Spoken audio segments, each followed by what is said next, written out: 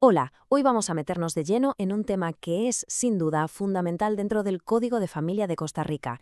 Vamos a hablar de algo tan delicado como es la suspensión o, en situaciones ya extremas, la extinción de los derechos y responsabilidades de los padres. Y para entenderlo bien, vamos a analizar los artículos clave uno por uno, de forma ordenada y consecutiva. Esta será nuestra hoja de ruta. Primero, lo primero. ¿Qué es exactamente la autoridad parental? Después nos meteremos a ver cuándo se termina para siempre y cuándo solo se pone en pausa. Luego, un punto clave, definir qué entiende la ley por abandono y cerraremos viendo si es posible recuperar esa autoridad y qué pasa en algunos casos más particulares. Vamos a ello. Bueno, pues empecemos por los cimientos. Para poder seguir todo el razonamiento de la ley, es absolutamente vital tener claro este concepto, la autoridad parental. El término de toda la vida es patria potestad. Vamos, el paquete completo de derechos y obligaciones de los padres. Pero ojo, fíjense en esa nota al final, es que esto es muy revelador. Una reforma súper reciente del 2022 le cambia el nombre a responsabilidad parental. Y esto no es un simple cambio de palabras, ¿eh? Refleja un giro de 180 grados en la filosofía de la ley. Ya no se trata de tener poder sobre los hijos, sino de tener una responsabilidad hacia ellos. Un matiz que lo cambia todo.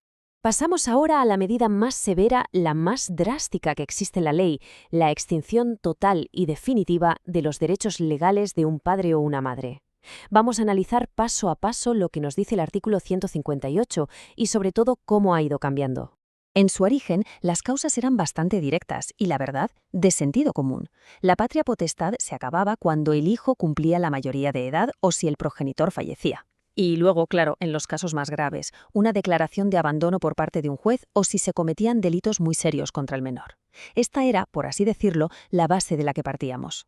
Pero las leyes, sobre todo las de familia, no pueden ser una foto fija, tienen que evolucionar con la sociedad, y esta, desde luego, no se ha quedado quieta. Y esta línea de tiempo lo deja clarísimo. Vemos que ha habido un goteo constante de reformas, una muy potente en el 95 y sobre todo la más reciente, que es la que nos ocupa, y que entró en vigor el 1 de octubre de 2022. Esta última es la que realmente moderniza y pule muchos de estos conceptos. Veamos en qué se ha traducido todo esto. Aquí lo tenemos. La modernización llega con el artículo 158 bis, que es muchísimo más específico. Ahora, las causas para perder la responsabilidad parental están súper detalladas. Van desde el abandono, que ya conocíamos, a no haber corregido los problemas que llevaron a una suspensión previa, o conductas muy concretas, como el abuso de sustancias, un trato excesivamente duro o, por supuesto, negar los alimentos. La ley ahora va mucho más al grano. Muy bien, cambiamos de tercio. Ahora no hablamos de un final definitivo, sino de una pausa, una interrupción temporal. Esto es la suspensión, y la encontramos regulada en el artículo que sigue, el 159. Para que no quede ninguna duda, este esquema es perfecto. La pérdida o extinción es un punto y final, es permanente. La suspensión, en cambio, es temporal. Es un tiempo muerto que se puede levantar si la situación que la provocó se arregla.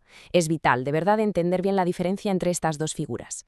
Pues la reforma de 2022 también le metió mano al artículo 159 y lo simplificó bastante. Ahora las causas de suspensión se agrupan en dos grandes bloques. Por un lado, el abuso de sustancias que haga imposible la vida en familia. Y por otro, un cajón un poco más amplio que engloba la mala conducta, el abuso de poder o simplemente no cumplir con los deberes. La ley se centra, como vemos, en lo que de verdad rompe la convivencia. Llevamos un rato mencionando la palabra abandono, y es que es una de las causas más serias tanto para suspender como para extinguir la autoridad parental. Pero a ver, ¿qué significa abandono exactamente a ojos de la ley? Vamos a verlo. Es la pregunta del millón, porque no es un concepto tan simple como podría parecer.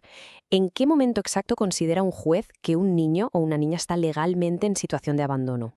El artículo 160 nos lo define, y hay que fijarse bien en las palabras que usa. Descuido injustificado y riesgo social.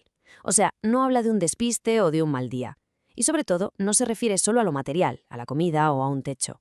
La ley también incluye las necesidades morales, las legales y, muy importante, las psicoafectivas. Es una visión de 360 grados sobre el bienestar del menor. Y esta frase es probablemente una de las más importantes y humanas de toda esta legislación. Sacada directamente del artículo, es un cortafuegos esencial. La ley deja clarísimo que una cosa es no poder y otra muy distinta es no querer. La falta de dinero, por sí sola, nunca puede ser la causa para declarar un abandono y romper una familia. Y si un juez llega a tomar esa decisión tan dura, el Estado actúa de inmediato. El artículo 161 lo deja claro. La representación legal del menor pasa directamente al PANI, el Patronato Nacional de la Infancia.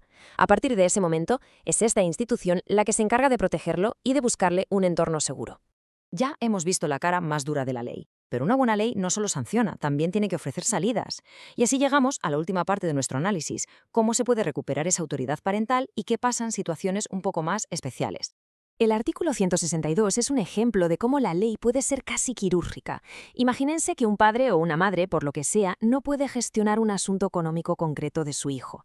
Pues bien, no se les suspende toda la autoridad, simplemente se nombra un representante legal para esa tarea puntual y nada más. Es una solución súper específica que protege al menor sin pasarse de frenada. Y aquí tenemos el camino de vuelta, el que nos marca el artículo 163.